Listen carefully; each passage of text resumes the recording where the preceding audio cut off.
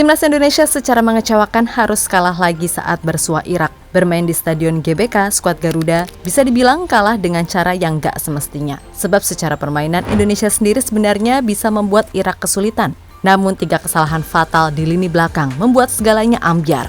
Kemudian masalah finishing membuat STY semakin sadar jika tim ini emang sangat butuh goal getter sejati. Selain itu, Tom Haye yang tampak emosional di laga ini seolah memberikan pesan jika timnas Indonesia harus all out saat melawan Filipina di laga penentuan.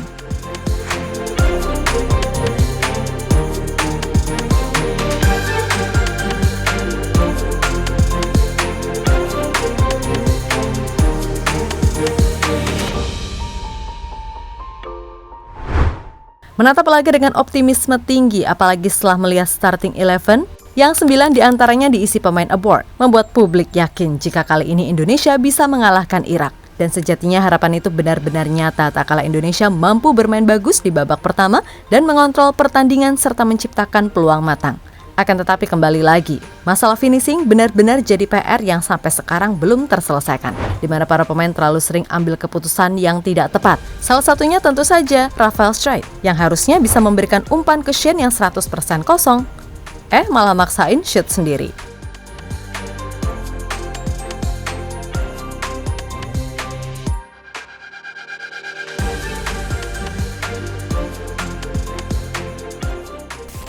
Lebih lanjut, jika kita lihat secara keseluruhan, Indonesia ini masih bisa loh bermain bagus. Sebab sepanjang laga, Irak sendiri cuma bisa melepas 1 shots on target. Yap, benar-benar 1. Namun ya tadi, sebuah handsball dari Justin Hubner membuat Indonesia harus apes kena penalti.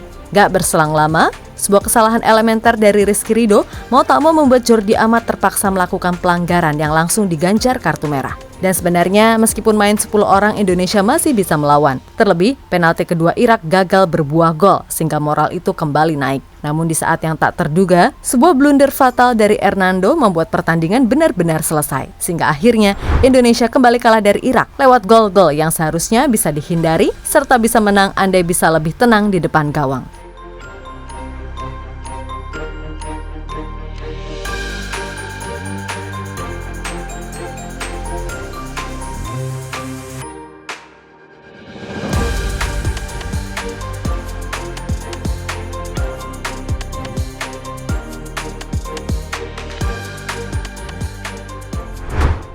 Di sisi lain melihat kekalahan ini, Tom Haye yang bermain bagus serta sempat terharu saat menyanyikan lagu Indonesia Raya memberikan semangat jika kekalahan ini bukanlah akhir.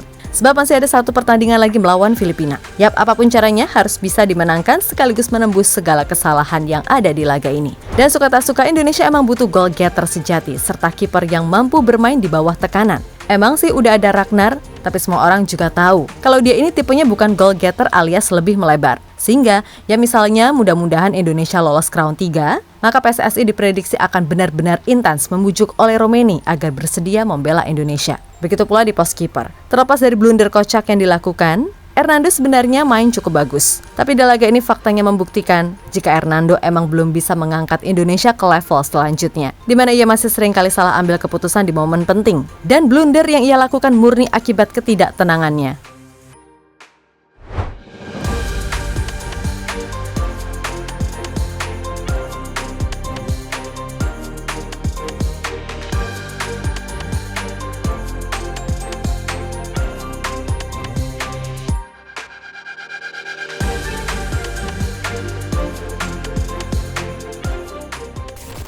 Lebih lanjut, apapun yang terjadi, Indonesia harus bisa move on dari kekalahan ini. Sebab masih ada 1 pertandingan lagi melawan Filipina yang pastinya juga nggak akan mudah. Karena tekanan pasti akan jauh lebih besar. Lawan Irak, oke lah, kita emang kalah dari sisi fisik dan pengalaman. Namun melawan Filipina, harusnya Indonesia bisa melakukan lebih dari ini. Sebab jika kalah lagi dan amit-amit Vietnam mampu sapu bersih 2 laga sisa, ya pasukan Nguyen lah yang lolos. Untuk itu, evaluasi besar harus benar-benar dilakukan oleh Coach Shin usai laga kali ini. Yap, terlepas dari apapun, please banget jangan ada yang menghujat Coach Shin, pemain, terutama Rafael, Justin, Jordi Amat, dan Hernando. Karena bagaimanapun mereka udah berjuang keras sepanjang laga. Mengkritik boleh dan kesel serta emosi juga boleh. Tapi jangan sampai itu mengarah kepada hujatan yang justru bisa membuat pemain makin down. Mending berikan semangat dan dukungan. Jangan ketika timnas menang, mereka dipuja bak dewa. Tapi ketika kalah, walah dihancurkan ibarat pecundang yang gak berguna.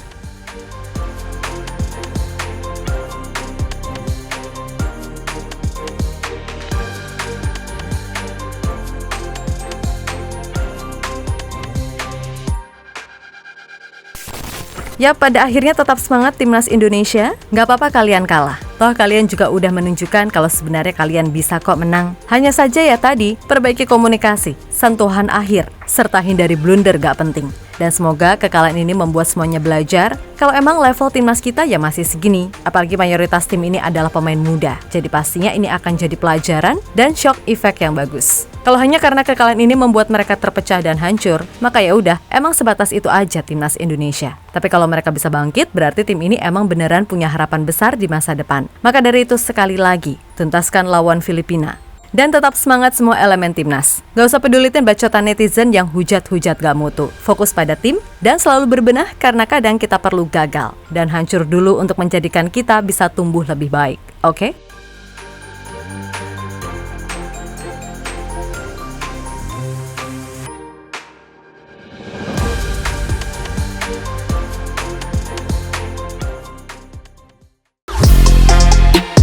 Halo, izin iklan sebentar ya guys. Jadikan ruangmu bernuansa timnas. Temukan beragam poster dinding, sepak bola dan timnas dengan desain menawan, kualitas premium dan harga yang tidak akan menguras kantong. Segera klik link Shopee di deskripsi video ini dan dukung timnas dengan sepenuh hati. Mulai dari dinding rumahmu.